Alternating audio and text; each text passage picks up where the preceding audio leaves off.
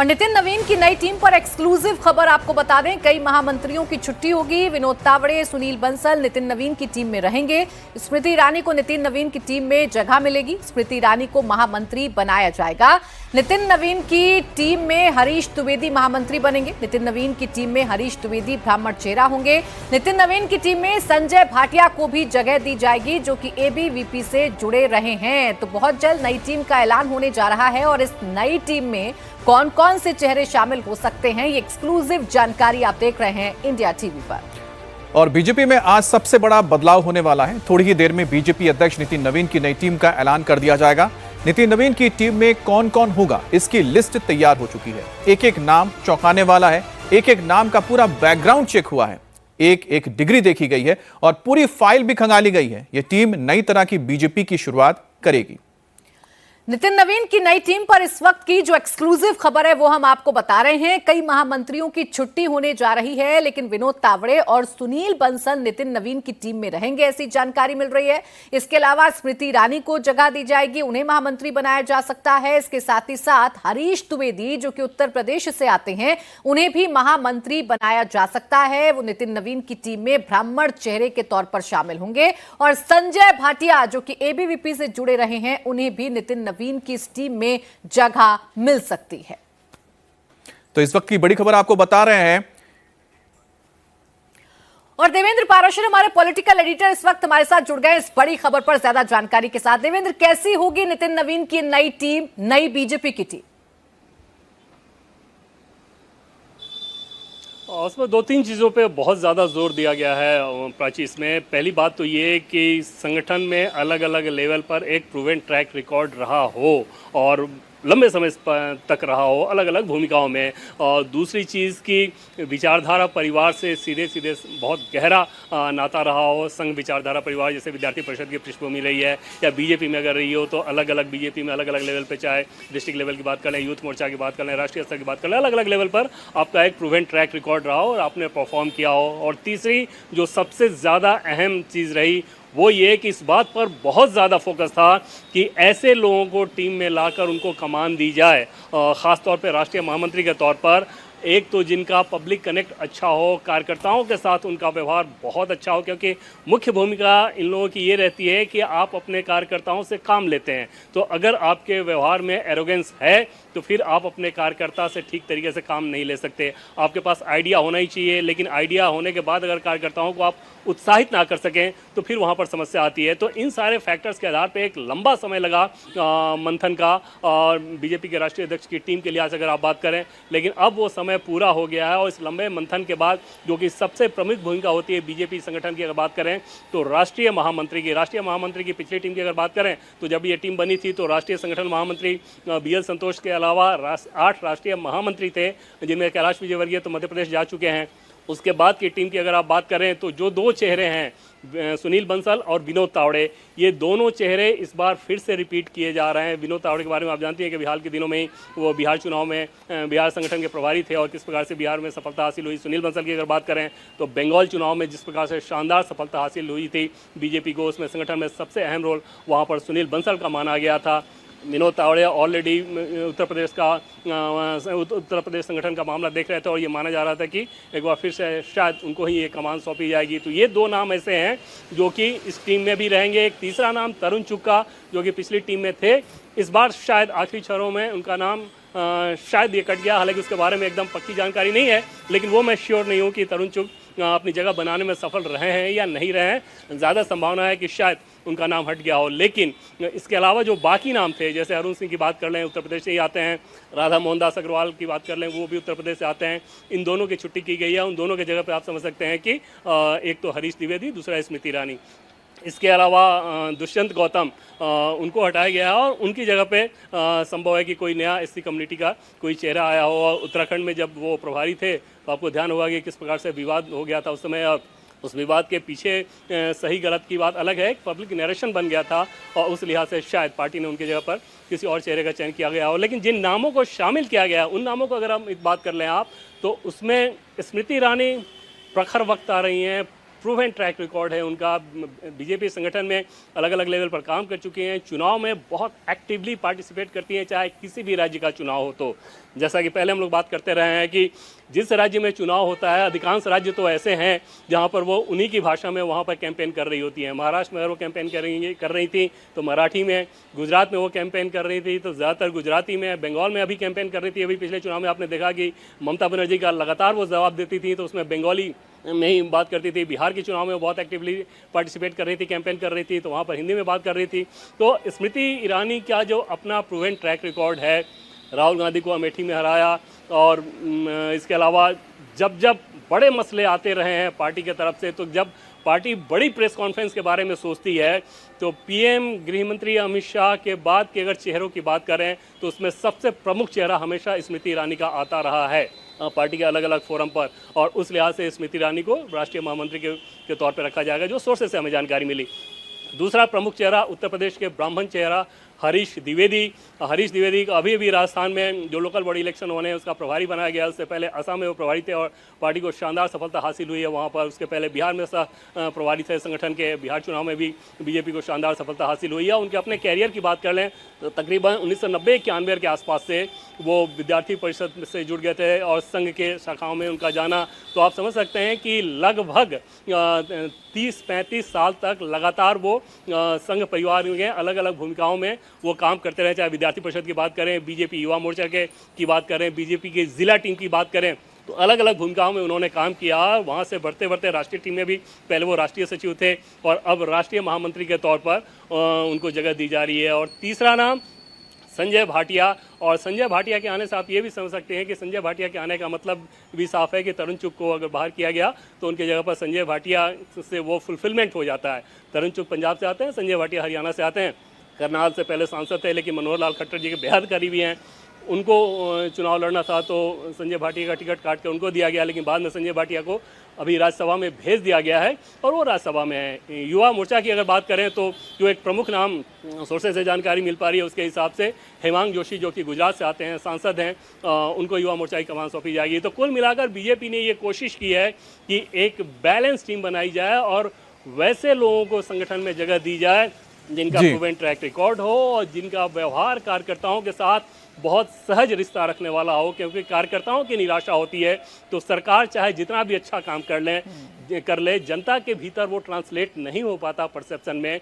और उस लिहाज से बीजेपी संगठन में बीजेपी के राष्ट्रीय अध्यक्ष के तौर पर जब नितिन नवीन जी को बनाया गया तो उनका अपना जो आचार व्यवहार जिस प्रकार से रहता है उसी हिसाब से उनको टीम भी दी गई है कि ऐसी टीम जो कि कार्यकर्ताओं के साथ बेहतर तालमेल समन्वय करके बेहतर रिजल्ट दे सके। तो जेनरेशनल चेंज की ओर एक बार फिर से बीजेपी अग्रसर है और उसी के बारे में हमें देवेंद्र बता भी रहे हैं कि किस तरह से नितिन नवीन की नई टीम बनने जा रही है। नितिन नवीन की जो टीम बनेगी देवेंद्र, इसमें महिलाओं की भागीदारी किस तरह से होगी, क्योंकि 33% आरक्षण रहने जा रहा है बीजेपी के अंदर जो संविधान में बदलाव किया था उसके बाद से। देखिए, पूरी टीम जब बनेगी तो आज जो जिस नाम का अनाउंसमेंट किया जाएगा वो निश्चित तौर पर आप समझ सकते हैं कि ये पूरी टीम नहीं होगी। ये जो प्रमुख टीम आप इसको कह सकते हैं, हालांकि प्रमुख वर्ड नहीं इस्तेमाल किया था, लेकिन समझ और फंक्शनिंग के हिसाब से इस रूप में कि बीजेपी के राष्ट्रीय अध्यक्ष के बाद बीजेपी के राष्ट्रीय महामंत्री होंगे और राष्ट्रीय संगठन महामंत्री को लेके 8 या 9, और उसके बाद राष्ट्रीय उपाध्यक्ष होंगे 12-13 के आसपास वो होंगे, और राष्ट्रीय सचिव होंगे, कोषाध्यक्ष होंगे, मीडिया हेड होंगे। तो इस तरह की ये टीम होगी। लेकिन अगर ओवरऑल संगठन की टीम की अगर बात कर लें राष्ट्रीय स्तर पर तो उसमें फिर अलग अलग आपके मोर्चा हो जाते हैं। जैसे महिला मोर्चा की फिर पूरी टीम होती है, उनके भी महामंत्री होते हैं, उनके भी सचिव होते हैं, उनके भी कोषाध्यक्ष होते हैं, उनके भी मीडिया कोऑर्डिनेटर होते हैं। और इसी तरह से ओबीसी मोर्चा, SC/ST मोर्चा, माइनॉरिटी मोर्चा, तो वो सारी पूरी टीम अभी आज नहीं आएगी। और उस लिहाज से जब पूरी टीम बनेगी तो उसमें आपको नज़र आएगा कि वो जो आंकड़ा रखा जाएगा वो लगभग 33% का रखा जाएगा। ऐसे आज बहुत लोग इस बात को ये ना समझ लें कि आज की जो टीम आ रही है यही बीजेपी की कंप्लीट टीम है। कंप्लीट अभी नहीं होगा, वो आगे फिर जब मोर्चे की पूरी टीम बन जाती है तो ओवरऑल पे रहेगा। लेकिन निश्चित तौर पे महिलाओं पे फोकस बहुत ज़्यादा है और स्मृति ईरानी जैसे चेहरे को अगर बीजेपी लेकर आ रही है अपनी टीम में तो आप समझ सकते हैं कि फिर उसके बाद वो मैसेजिंग किस प्रकार का देने की सोच रही है बीजेपी। बिल्कुल, ये जो नई टीम होगी देवेंद्र, दायित्व भी बड़े होंगे। 27 में कई लक्ष्य हैं जो हासिल करने होंगे। सबसे बड़ा लक्ष्य तो उत्तर प्रदेश है, इसको ध्यान में रखकर भी चेहरों को इसमें शामिल किया जाएगा नई टीम में।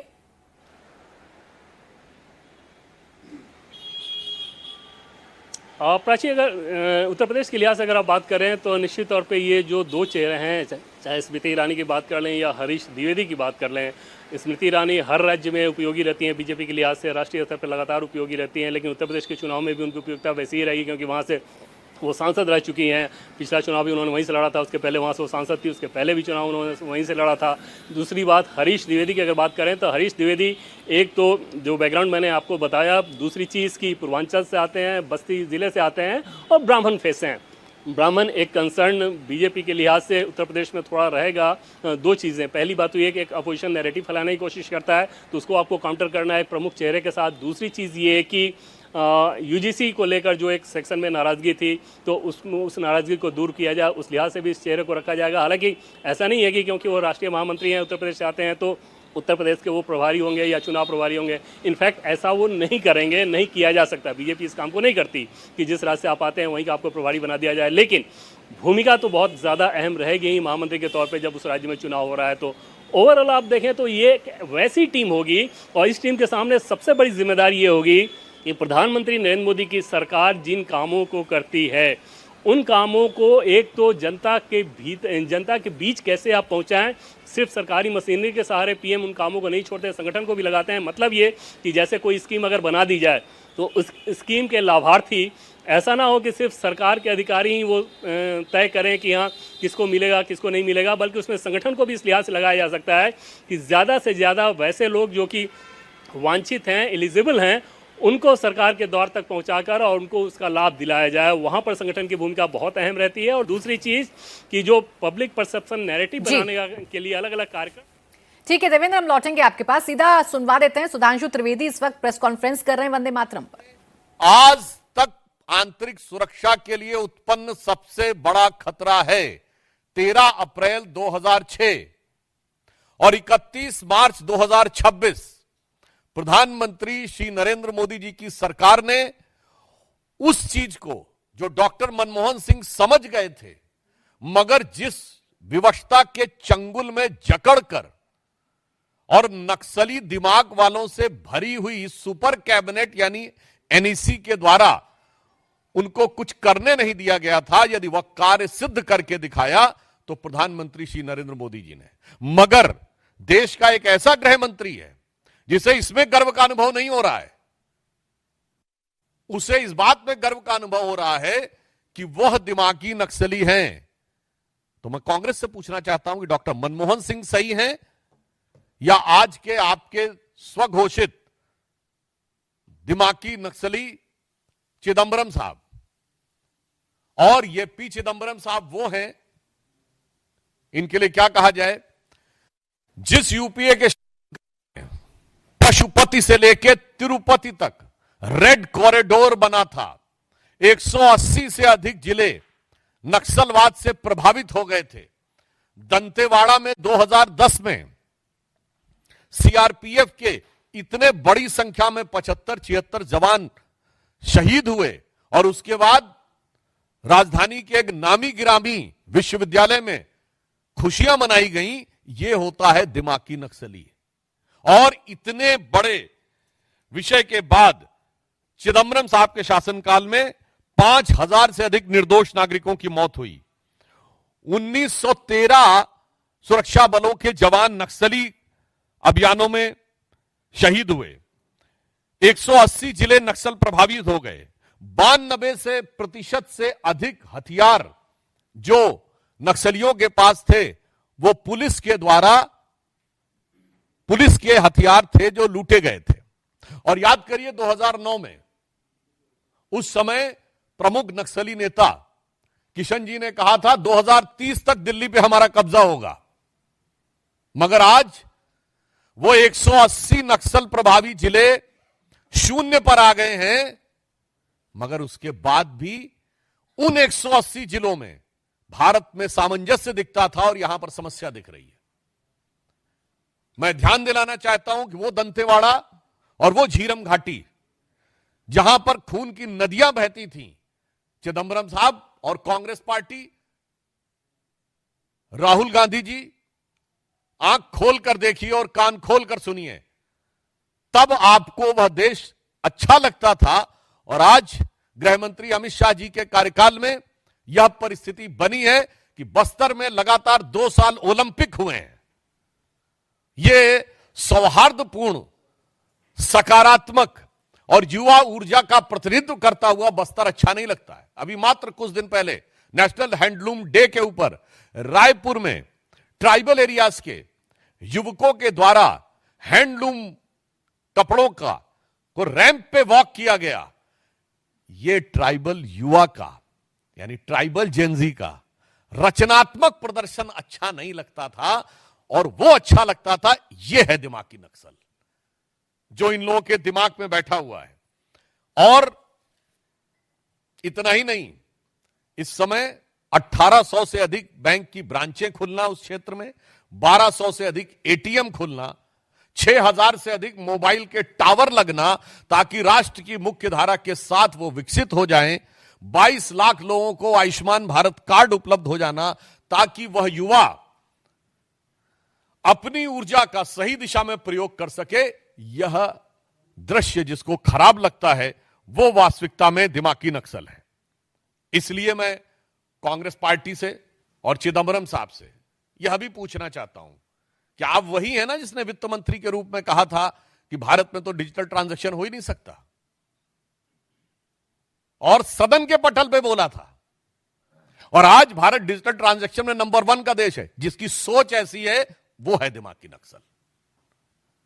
और मैं यह भी कहना चाहता हूं, वो लोग जो कहते हैं कि संसद से समाधान नहीं निकलेगा, सड़क से समाधान निकलेगा, वो है दिमागी नक्सल।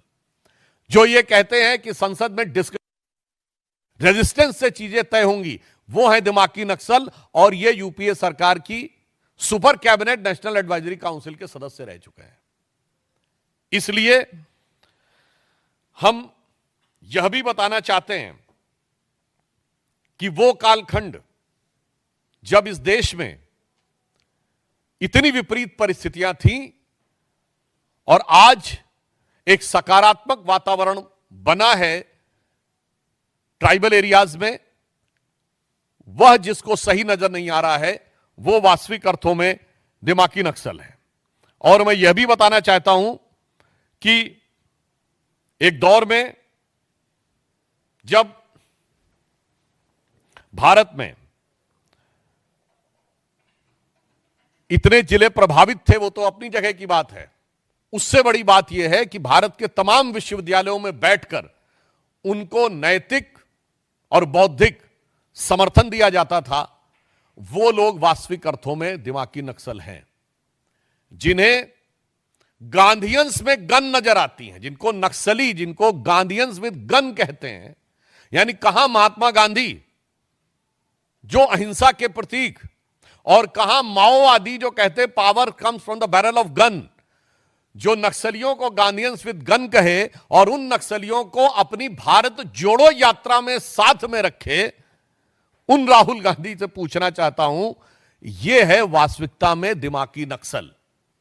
और इसीलिए हम यह भी कहना चाहते हैं कि चिदंबरम साहब हो या कांग्रेस पार्टी, ये वही लोग हैं जिनको एक विशेष प्रकार की चीज में अलग लगाव नजर आता है और दूसरे प्रकार की चीज में दुराव नजर आता है। मैं उदाहरण के लिए बोलना चाहता हूं, प्रधानमंत्री श्री नरेंद्र मोदी जी ने इन्वायरमेंट के लिए काम करने वाले उन लोगों को सम्मानित किया है, जैसे कर्नाटक की रानी गौड़ा, जिन्होंने 1 लाख से अधिक वृक्ष लगाए। एक अन्य कर्नाटक की महिला जिनको वृक्ष माता कहा जाता है, और याद करिए वो आई थी पद्म अवार्ड लेने नंगे पैर राष्ट्रपति भवन में। मगर ये लोग इन्वायरमेंटलिस्ट नजर नहीं आते थे, जो लोग एयर कंडीशन कमरों में दिल्ली में बैठकर और भारत चीन सीमा के ऊपर होने वाले भारत की सुरक्षा की दृष्टि से महत्वपूर्ण इंफ्रास्ट्रक्चर को रोकने का काम करते थे वो लोग इन्वायरमेंटलिस्ट नजर आते थे। और जो ये कहता था, जो सरकार ये कहती थी कि हमारी तो दशकों से स्थापित नीति है कि होना ही नहीं चाहिए सीमा के ऊपर इंफ्रास्ट्रक्चर, वो है दिमागी नक्सल। इसलिए हम ये कहना चाहेंगे कि संयोग देखिए कि माननीय प्रधानमंत्री जी ने स्वतंत्रता दिवस पे बोला था और आज नागपंचमी आते आते ये जितना दिमागों में जहर था वो सब पूरे दिमाग से उजागर होकर उन्होंने खुद स्वीकार कर लिया कि हम क्या हैं। तो मैं सिर्फ अंत में यह कहना चाहूंगा कि माननीय प्रधानमंत्री जी ने जो संकेत दिया है यह बहुत सहज और स्वाभाविक है। इसके लिए किसी को दिमाग पे जोर लगाने की जरूरत नहीं है, सिर्फ आंख खोलकर देखने की जरूरत है। उसे दिखाई पड़ेगा कि दिमागी नक्सल कौन है। दिमागी नक्सल वो है जिसको हाफिज में साहब नजर आता है, याकूब मेनन में जुडिशियल किलिंग नजर आती है, जिसको ओसामा में जी नजर आता है, जिसको जाकिर नायक में शांति का मसीहा नजर आता है, जिसको इशरत जहां में बेटी नजर आती है, बुरहान वानी में भटका हुआ नौजवान नजर आता है और भारत के सेना अध्यक्ष में सड़क छाप गुंडा नजर आता है। यह है वो दिमागी नक्सल। और आज हर भारतीय को इस चीज को सिर्फ आंख खोलकर देखने की जरूरत है और कान खोलकर समझने की जरूरत है। स्वतः समझ में आ जाएगा। और उन लोगों ने जब स्वयं स्वीकार कर लिया है तो हमें लगता है अब किसी प्रकार का कोई संदेह या किंतु परंतु किसी देशवासी के मन में नहीं रह गया है कि जो माननीय प्रधानमंत्री जी ने कहा था कि कांग्रेस अब मुस्लिम लीगी माओवादी कांग्रेस हो गई है, तो अब उन्होंने खुद कह दिया है कि वो सिर्फ मुस्लिम लीगी माओवादी कांग्रेस नहीं बल्कि दिमागी नक्सल कांग्रेस भी हो गई है। ये उन्होंने स्वयं स्वीकार कर लिया है। मित्रों, इस विषय से जुड़े सभी प्रश्न आमंत्रित हैं। ब्रह्म प्रकाश दुबे।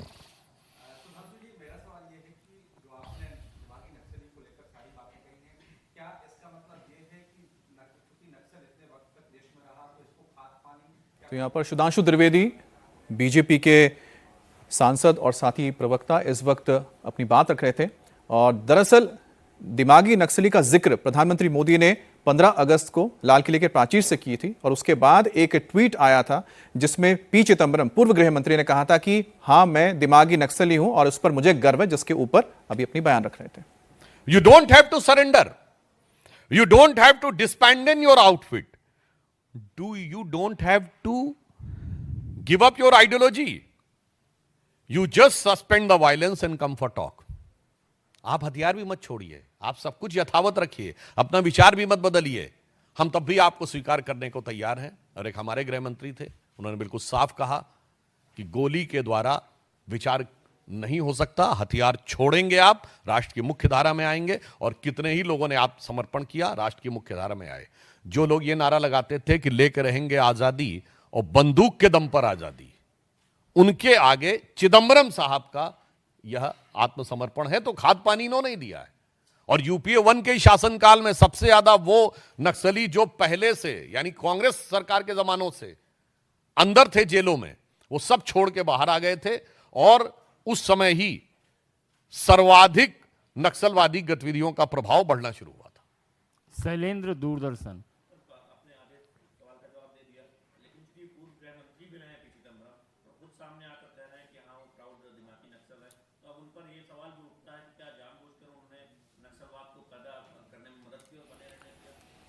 ये देश को सोचना चाहिए कि उन्होंने ये वाक्य स्वयं बोला है या किसी के इशारे पे बोला है। उनकी इस बात के तार सिर्फ उनके दिमाग की उपज है या कहीं और से भी जुड़े हुए हैं। क्योंकि आजकल कांग्रेस पार्टी और राहुल गांधी जी के भी जो सलाहकार हैं वो इसी प्रकार के हो गए हैं, जो ये कहते हैं, याद करिए चुनाव के समय इनके एक प्रमुख सलाहकार अंकल सैम बोले थे ना कि उत्तर भारत वाले तो यूरोप से आए हैं और पश्चिम भारत वाले अरब से आए हैं, दक्षिण भारत वाले अफ्रीका से आए हैं, पूर्वी भारत वाले चाइना से आए हैं। तो जिसको ये वाला भारत अच्छा लगता है और एक भारत श्रेष्ठ भारत, सभी भारतीय भारत माता की संतान है, ये अच्छा नहीं लगता, वही दिमाग की नक्सल है। तो हो सकता है चिदम्बरम साहब से ये कहा गया हो कांग्रेस पार्टी अथवा राहुल गांधी जी के द्वारा कि इस प्रकार का बयान वो बोलें, और वो इसके लिए फिट भी हैं क्योंकि गृह मंत्री के रूप में और वित्त मंत्री के रूप में भी उनका आचरण यही दर्शाता है। पीयूष आज तक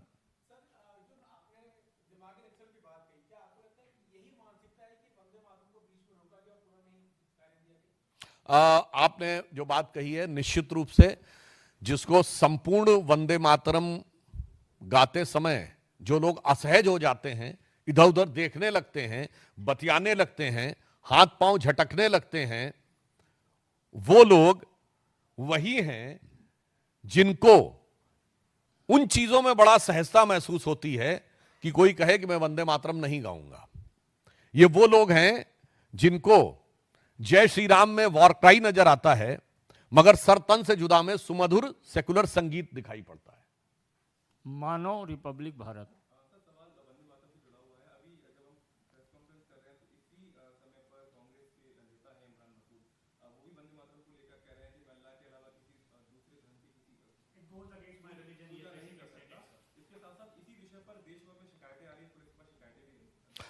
देखिए, पहली बात, इमरान मसूद सांसद हैं और उनके पास, उनको ये पता होना चाहिए जब यह विधेयक पारित हो गया है तो वंदे मातरम न बोलना सीधे सीधे राष्ट्रीय प्रतीकों के अपमान की श्रेणी में है।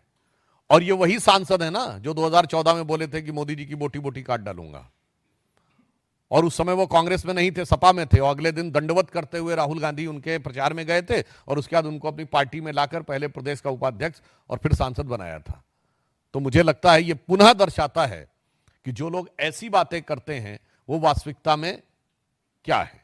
और वैसे इमरान मसूद को भी मैं कह देना चाहूंगा कि बादशाहों को सिजदा करते थे और कहते हैं देश को सिजदा नहीं करेंगे।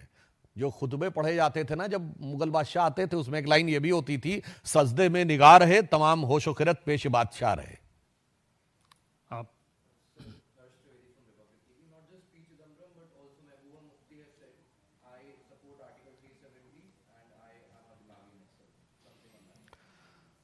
देखिए, उनके बारे में तो हम सबको पता है कि जब कश्मीर घाटी में नारे लगते थे कि हम लेके रहेंगे आजादी और बंदूक के दम पर आजादी, वो भारत अच्छा था।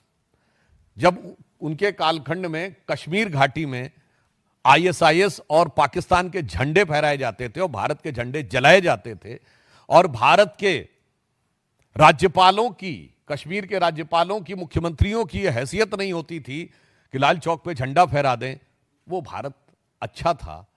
और यही महबूबा मुफ्ती जी हैं, इनके पॉलिटिकल असेसमेंट को क्या कहा जाए, इन्होंने कहा था धारा 370 हट जाएगी तो तिरंगे को कंधा देने वाला कोई नहीं मिलेगा। आज डल लेक के ऊपर तिरंगों की कतार देखिए और उसके बाद महबूबा जी से कहिए कि आप अपने गिरेबान में झांकिए। बहुत बहुत धन्यवाद। तो यहाँ पर आप सुन रहे थे बीजेपी के प्रवक्ता और सांसद सुधांशु त्रिवेदी को, जो कांग्रेस के ऊपर हमलावर थे और खासतौर पे पी चिदंबरम के उस बयान को लेकर जिसमें उन्होंने कहा था कि मैं दिमागी नक्सली हूं और उस पर मुझे गर्व है। और इसी वक्त जब वो प्रेस कॉन्फ्रेंस कर रहे थे सुधांशु त्रिवेदी, उन्होंने बताया कि जब गृह मंत्री थे करीब 2009 से लेकर 2012 के इस कालखंड में तो 5000 लोगों की मौत हुई थी नक्सली घटनाओं में, और 2010 में सबसे बड़ी घटना हुई थी छत्तीसगढ़ के दंतेवाड़ा में, जहां पर 76 हमारे सीआरपीएफ के जवान नक्सलियों के हमले में उनका शहीद हो गए थे। और उसी का मुद्दा उठा रहे थे इस वक्त सुधांशु त्रिवेदी। और इस वक्त की बड़ी खबर आपको बता दें, जो कि बिहार के लखीसराय से आ रही है, जहां सावन के तीसरे सोमवार पर जलाभिषेक के दौरान अशोकधाम मंदिर के पास एक बड़ा हादसा हो गया है। इंद्र दमनेश्वर महादेव मंदिर में जल चढ़ाने के लिए श्रद्धालुओं की लंबी लाइन थी। उसी दौरान रेलवे ट्रैक से सटे एरिया में बिजली का पोल और तार गिर गया। प्रशासन के मुताबिक केबल तार गिरने के बाद किसी ने करंट फैलने की अफवाह फैला दी। इसके बाद महिला लाइन की तरफ भगदड़ मची, जिसमें 7 महिलाओं की मौत हो गई, 12 लोग घायल हुए हैं जिन्हें अस्पताल में भर्ती किया गया है। सीएम सम्राट चौधरी ने हादसे पर दुख जताया। घायलों के तुरंत इलाज और राहत बचाव के लिए जिला प्रशासन को हर संभव मदद का निर्देश भी दिया है। इस वक्त स्पॉट पर जिला प्रशासन की टीम मौजूद है। राहत बचाव का काम तेजी से किया जा रहा है। सभी घायलों को इलाज के लिए अस्पताल में भर्ती किया गया है। लखीसराय के अशोक धाम मंदिर में जहां घटना हुई है, हम वहां की तस्वीर आपको दिखा रहे हैं। ये वो मंदिर है अशोक धाम, काफ़ी मशहूर, काफ़ी प्राचीन मंदिर। और यहाँ पर सावन के महीने में सोमवार को काफ़ी भीड़ जुटती है और अभी भी आप देखिए इतनी अधिक भीड़ है कि पैर रखने तक की जगह नहीं है। जो घटना हुई है वो यहाँ से करीब एक अशोक धाम रेलवे हॉल्ट है, करीब 1 किलोमीटर की दूरी पर, और वहाँ पर ये घटना हुई है। वहाँ पर जब एक साथ 2 ट्रेनें आ गई, बहुत ज़्यादा भीड़ हो गई और उसके बाद भगदड़ की स्थिति हो गई। एक बिजली का पोल गिर गया, अफवाह ये फैली कि करंट फैल गया है। और ये मंदिर काफ़ी प्राचीन मंदिर है, कई पौराणिक कथाएं इस मंदिर से जुड़ी हुई हैं।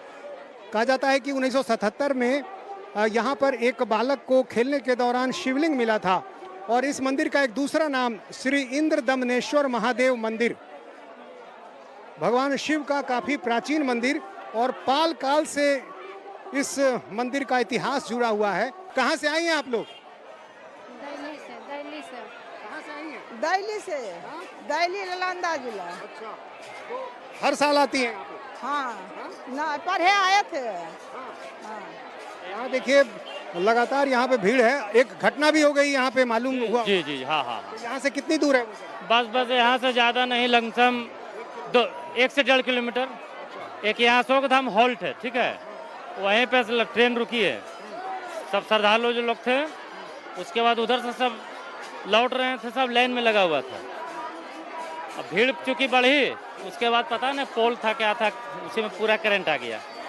नहीं, करंट आया नहीं, पोल गिरने की वजह से एक अफवाह फैली और जाहिर है अब पूरे मामले की जांच की जाएगी। लेकिन 7 लोगों की मौत हो गई है और करीब 15 लोग घायल बताए गए। कैमरामैन विनोद कुमार के साथ नीतीश चंद्र, इंडिया टीवी, लखीसराय। सावन का तीसरा सोमवार होने के चलते लखीसराय के इंद्र दमनेश्वर महादेव मंदिर में आज सुबह से भारी भीड़ थी। यहाँ श्रावणी मेला भी चल रहा था। रेलवे ट्रैक के पास से होते हुए करीब 1 किलोमीटर से लंबी लाइन मंदिर तक जा रही थी। तभी खेत में पोल गिरा और प्रशासन के मुताबिक ये पोल केबल वायर का था। करंट फैलने की अफवाह फैली। हादसे में अब तक 7 महिलाओं की मौत हुई है, 12 से ज्यादा लोग घायल हैं। ज्यादातर महिलाएं हैं जो भगदड़ की चपेट में आने से घायल हैं। 5 बजे निकले घर से। क्या तुम लाइन में लगे? लाइन में नहीं, अभी लाइन में जाते ही बस इधर ही हो गया पूरा।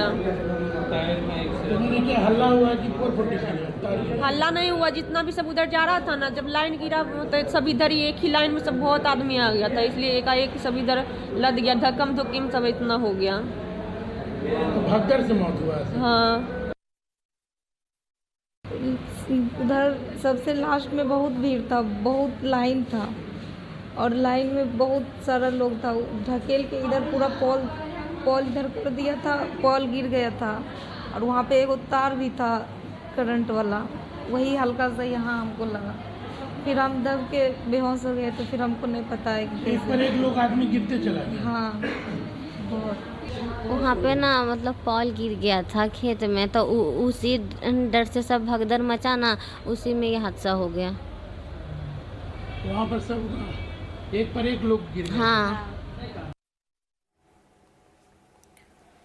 लखीसराय डीएम शैलेंद्र कुमार हादसे के बाद तुरंत स्पॉट पर पहुंचे। अस्पताल जाकर घायलों के इलाज की जानकारी ली। पत्रकारों से बात करते हुए कहा कि मंदिर से करीब 1 किलोमीटर दूर अशोक धाम स्टेशन के पास ये हादसा हुआ। खेत में बिजली का खंभा गिर गया। ये पोल पुरुषों की लाइन की तरफ था। तार भी गिरा जो पूरी तरह से केबल तार था, ओपन वायर नहीं था। लेकिन अफवाह फैली कि लोगों पर बिजली की चालू लाइन का तार गिर गया है, जबकि वो सिर्फ एक केबल वायर था। अफवाह के चलते पुरुषों की तरफ से भीड़ का दबाव महिलाओं की लाइन पर पड़ा, जिससे महिलाएं एक दूसरे के ऊपर गिर गई और अब तक 7 महिलाओं की मौत हो गई। ये रेलवे हॉल्ट के ठीक सामने में एक बिजली का पोल था, वो गुजर रहा था और उस पोल पर केबल्ड वायर था, ओपन वायर नहीं था, केबल्ड वायर था। वो भी भीड़ के तरफ नहीं गिर के वो स्टेशन के तरफ खेत में गिरा हुआ था। लेकिन किसी ने कह दिया कि मतलब बिजली का पोल गिरा, बिजली का तार गिरा, और उसी दौरान में जो पुरुष का एक लाइन और उसके बगल में महिलाओं का लाइन, तो बिजली का नाम सुन के ही लोग अचानक में भागते हैं दूसरी ओर।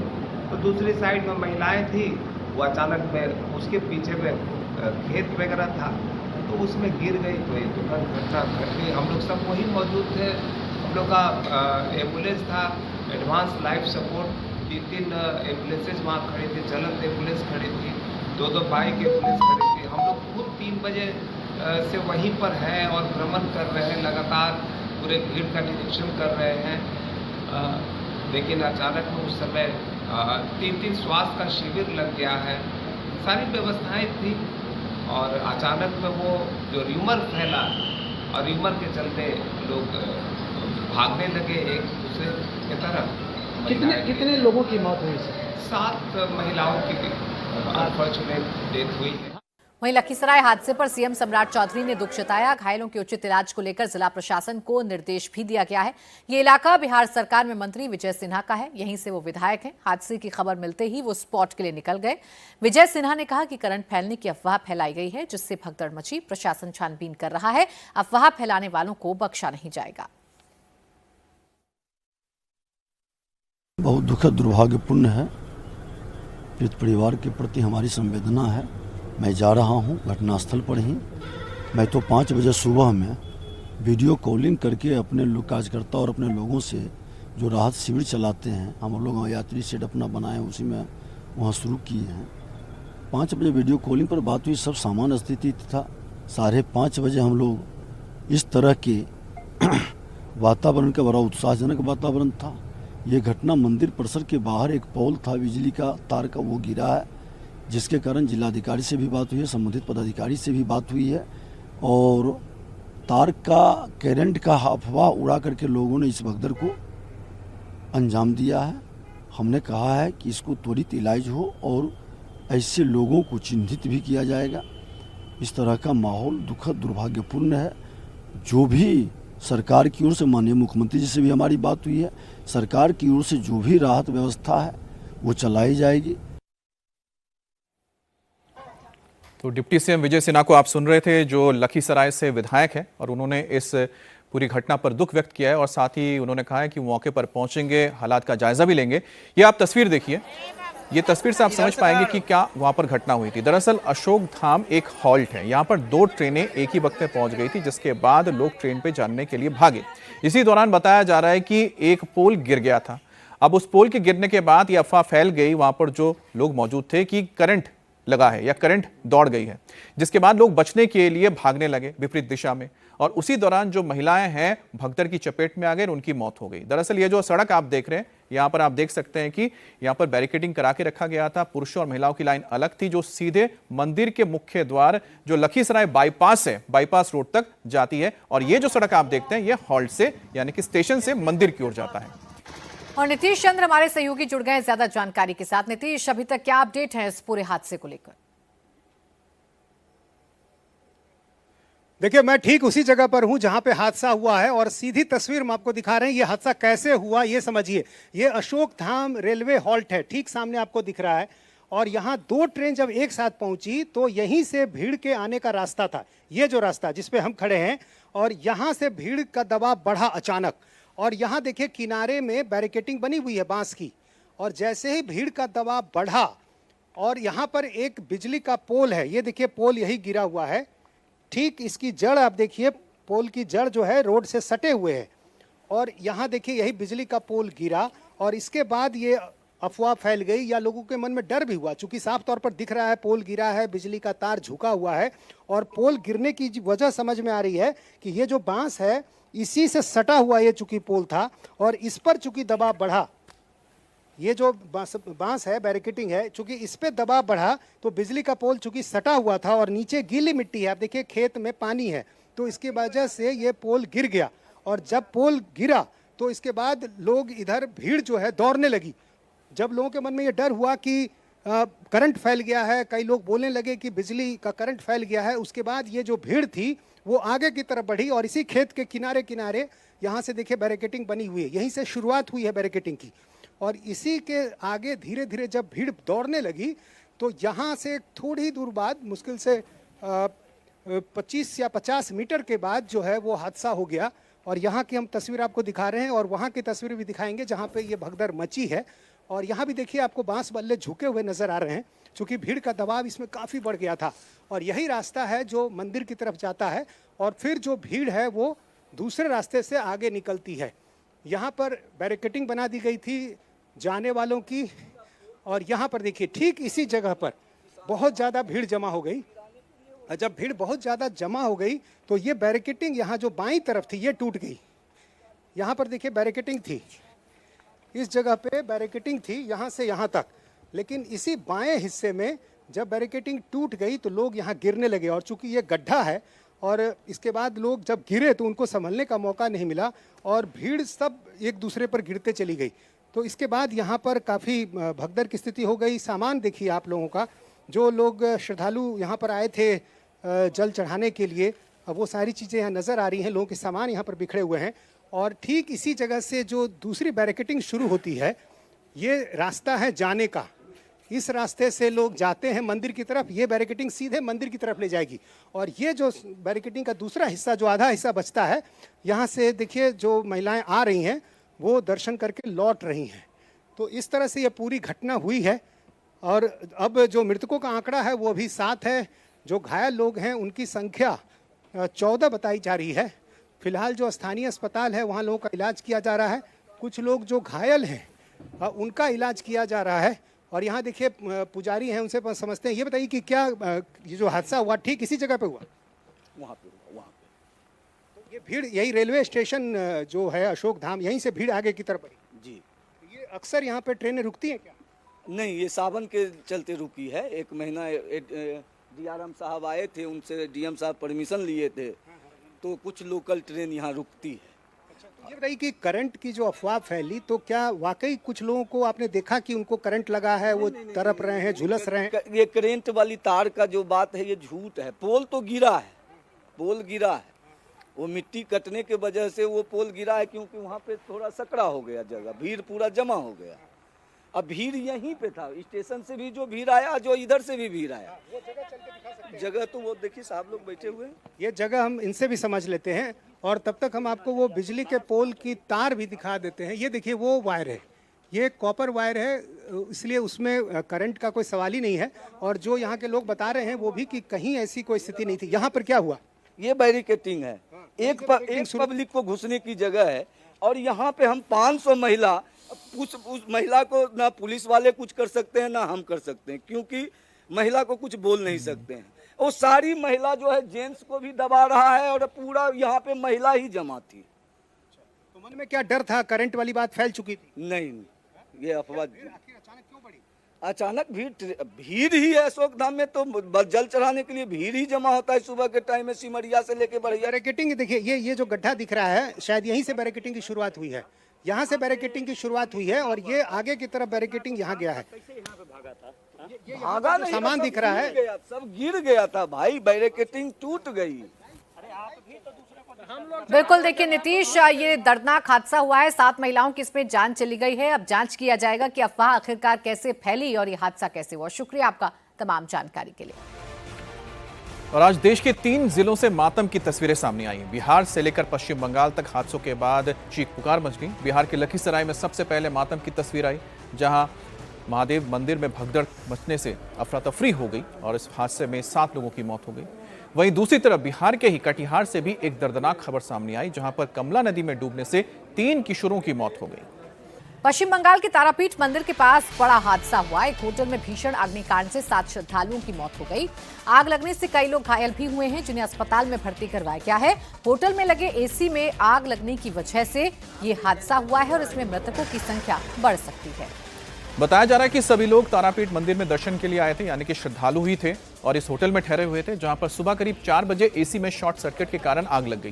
होटल के फायर अलार्म से लोगों की नींद खुली, लेकिन जब तक लोगों को रेस्क्यू किया जाता 7 लोगों की मौत हो चुकी थी। 22 लोगों को सुरक्षित तो निकाल लिया गया। अभी भी 10 घायलों का अस्पताल में इलाज किया जा रहा है और आज सुबह की ये घटना है 4 बजे की।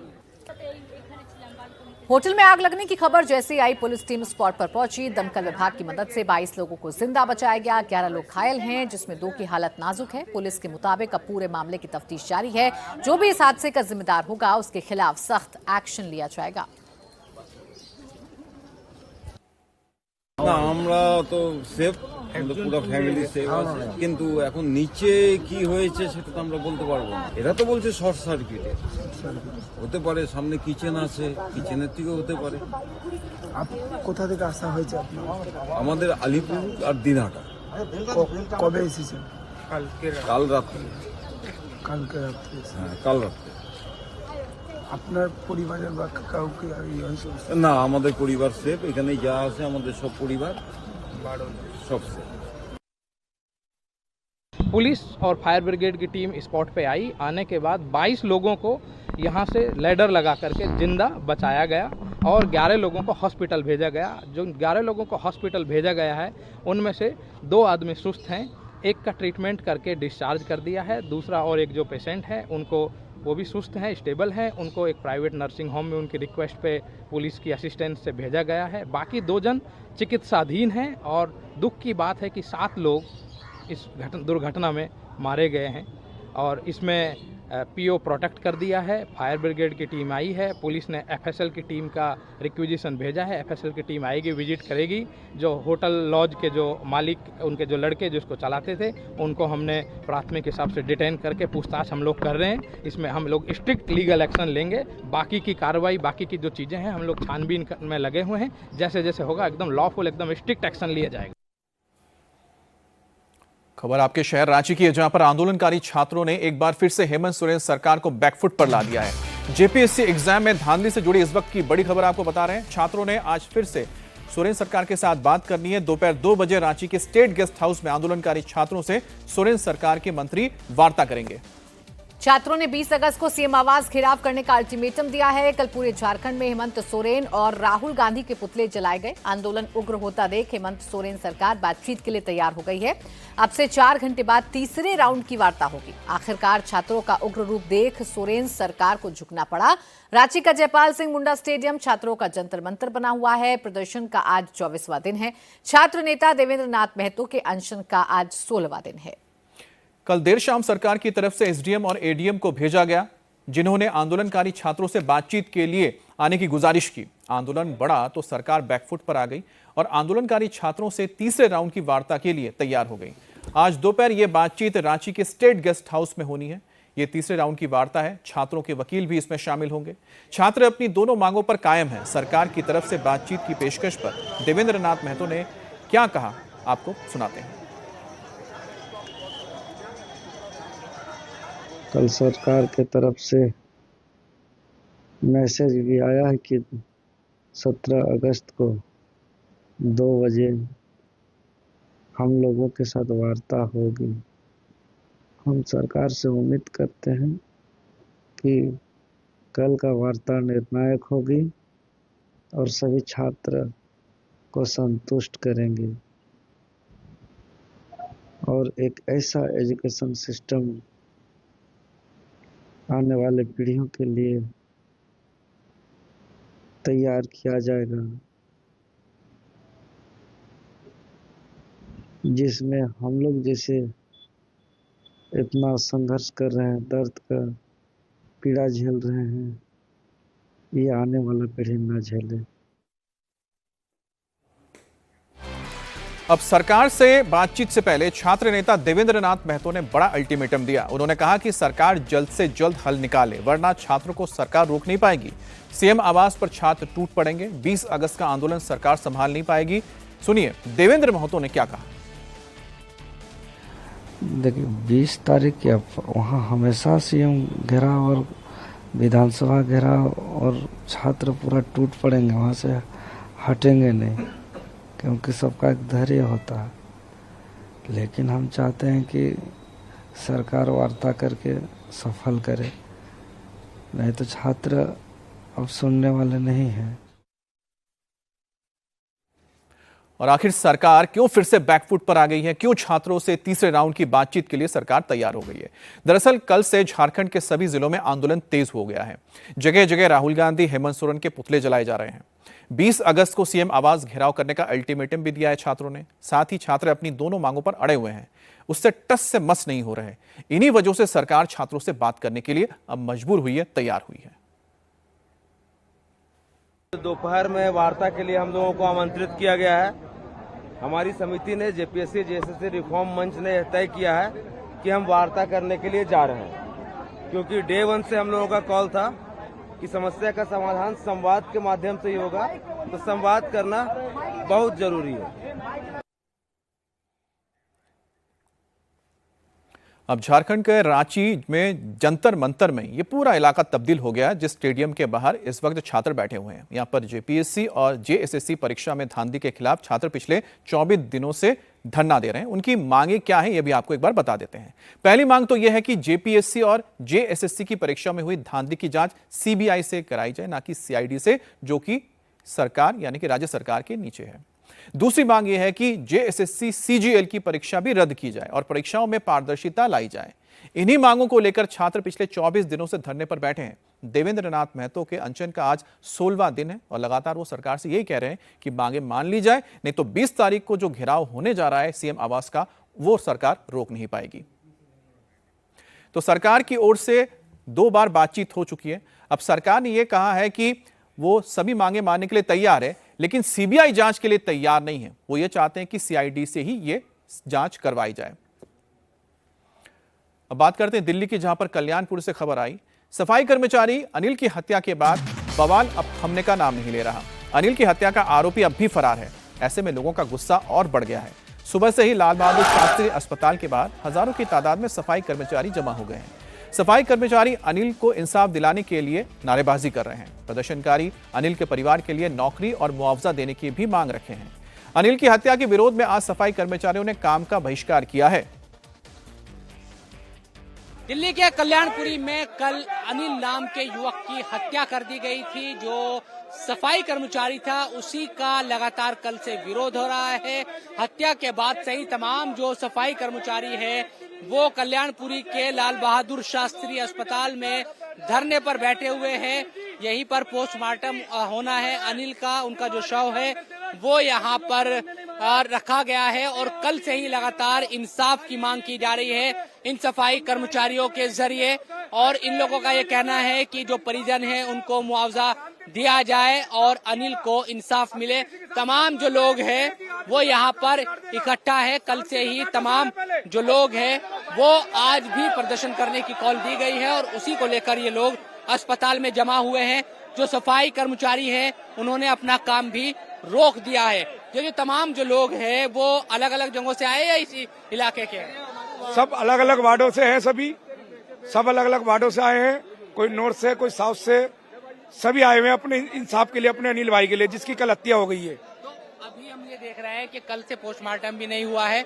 आज क्या आप लोगों की डिमांड है? कल जो मुआवजे की बात, हमारी डिमांड ये है कि उसको इंसाफ मिले। बस इतनी सी डिमांड है हमारी। हमारी कंपनी हमारे साथ सपोर्ट करे और प्रशासन भी हमें सपोर्ट करे। इस तरह हम अपना बीवी बच्चे छोड़ के अपने काम करने आते हैं, दूसरों के घरों का कूड़ा उठाने आते हैं। किस लिए आते हैं? जब सरकार हमें सपोर्ट नहीं करेगी तो कौन करेगा हमें सपोर्ट? हम यही चाहते हैं, बस हमारी इतनी मांग है, उसको न्याय मिल जाए। हमारे भाई को अभी तक वो अरेस्ट भी नहीं हुआ है।